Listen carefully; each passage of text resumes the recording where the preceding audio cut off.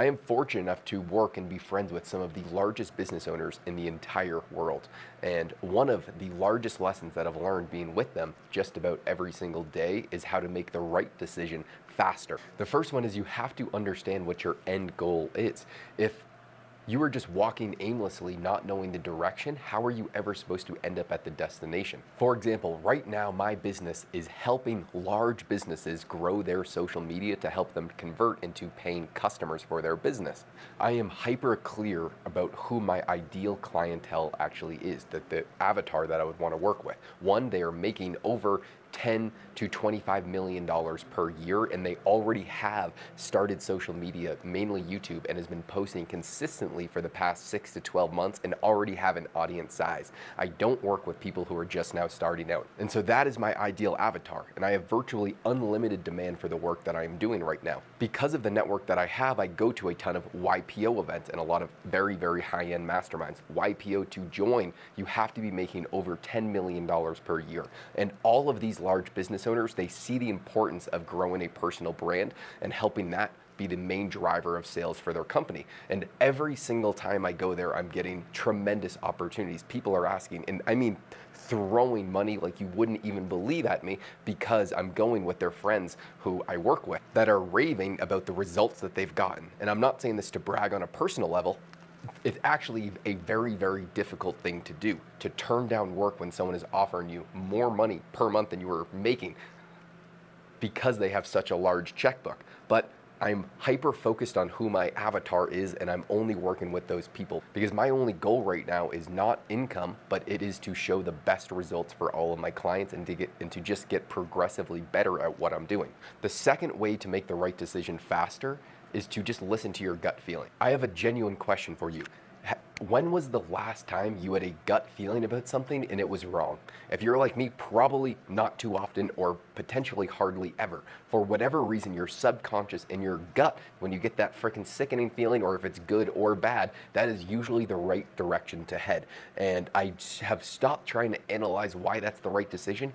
I am just trusting my subconscious because it knows a hell of a lot more than me, and it always gets to that same answer that I felt previously. A lot of that has actually been turning down work from these people who are offering massive amounts of money, like I was talking about before. That was a lot of trial and error. Whenever someone used to throw money at me, I would take it. Now I don't. And I've gotten very clear on the goal, and now I'm just listening to my gut guiding me in the right direction. The third one is actually doing nothing is a massive decision. And what I used to do when I was first trying to scale my business and I was hiring a bunch of people, at one point I had 17 people, whenever someone was doing something wrong or there was some sort of tough discussion that had to be made, I would never make it. I didn't have the balls to tell someone, hey, this is not what we're looking to do, this is the direction. I wasn't a leader, and I could not take control of everybody because I was a stupid kid. I still am a stupid kid, but I'm trying to get better progressively. And so doing nothing has been incredibly painful for me. Whenever there was a tough decision that had to be made, I would usually just quiver in fear. And I'm saying that kind of exaggerating, but I would just avoid the problem. And instead of facing it head on and trying to fix it right when it matters, which is when you have to make a decision when it actually matters, I would just end up doing nothing, which has impacted me very, very negatively in the past. And I'm still continuously trying to work on this. And sometimes my gut reaction is just, don't do anything. Just freaking avoid all your problems and go eat Cheetos and watch Netflix, when in reality, when there is pain and suffering in your business, which is all running a business is, it's going to be continuous amounts of problems that get worse and worse and bigger, and more stress and pressure will come upon you. I promise you. That is the natural progression of every single business. Doing nothing will kill you. You have to be able to make decisions. The fourth one is probably the most important. You have to be thinking big picture. A guy that I work with, he's an actual billionaire. His name is Ken McElroy. Something that he says continuously, at least once a week, is always just think big picture.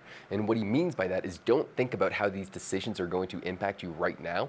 How are they going to impact you 5 years from now, 10 years from now? Because of that, I've actually changed the strategy around my business from just scaling as fast as possible to scaling as methodically as possible. And it's only when I can scale with the results, which is what most people mess up as. I could be making 10 times as much money right now, but I'm choosing not to because I'm focusing on building the foundation to where I can have a massive building, and it's much easier to build later on, where Most people are trying to go from 0 to 5 stories in 1 year when you're just never going to get to 25 stories doing that.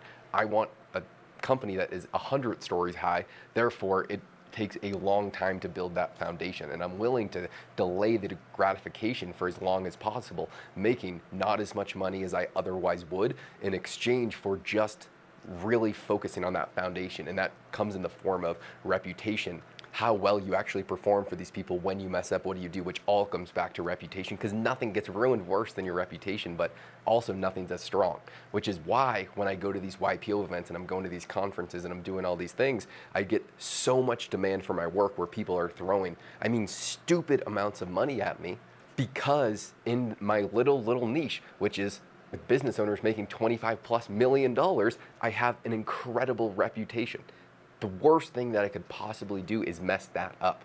Therefore, I turn these guys down, which they actually respect, because I'm incredibly honest. I say, dude, for me to work with you, here's where you have to be.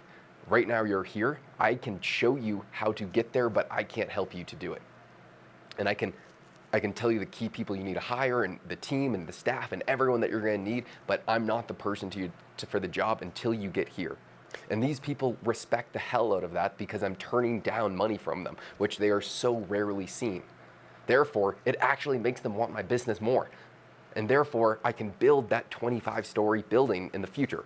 It first comes down to understanding what your goal is. Where are you actually heading? If you don't have at least a quasi-clear path of where you are trying to head, it will be feasibly impossible to get there. And then when you have those gut feelings, just stick with the gut. It is almost always right. And you have to do something when a decision needs to be made. I think one of the biggest things is that you will just get better at this over time. When you start to make decisions, you understand where you went wrong. It is a natural process to make the wrong decision. I have infinite amounts of times, and I continue to, but the key is to make the wrong decision as many times as possible, as early as possible. Therefore, you don't have to when you're older.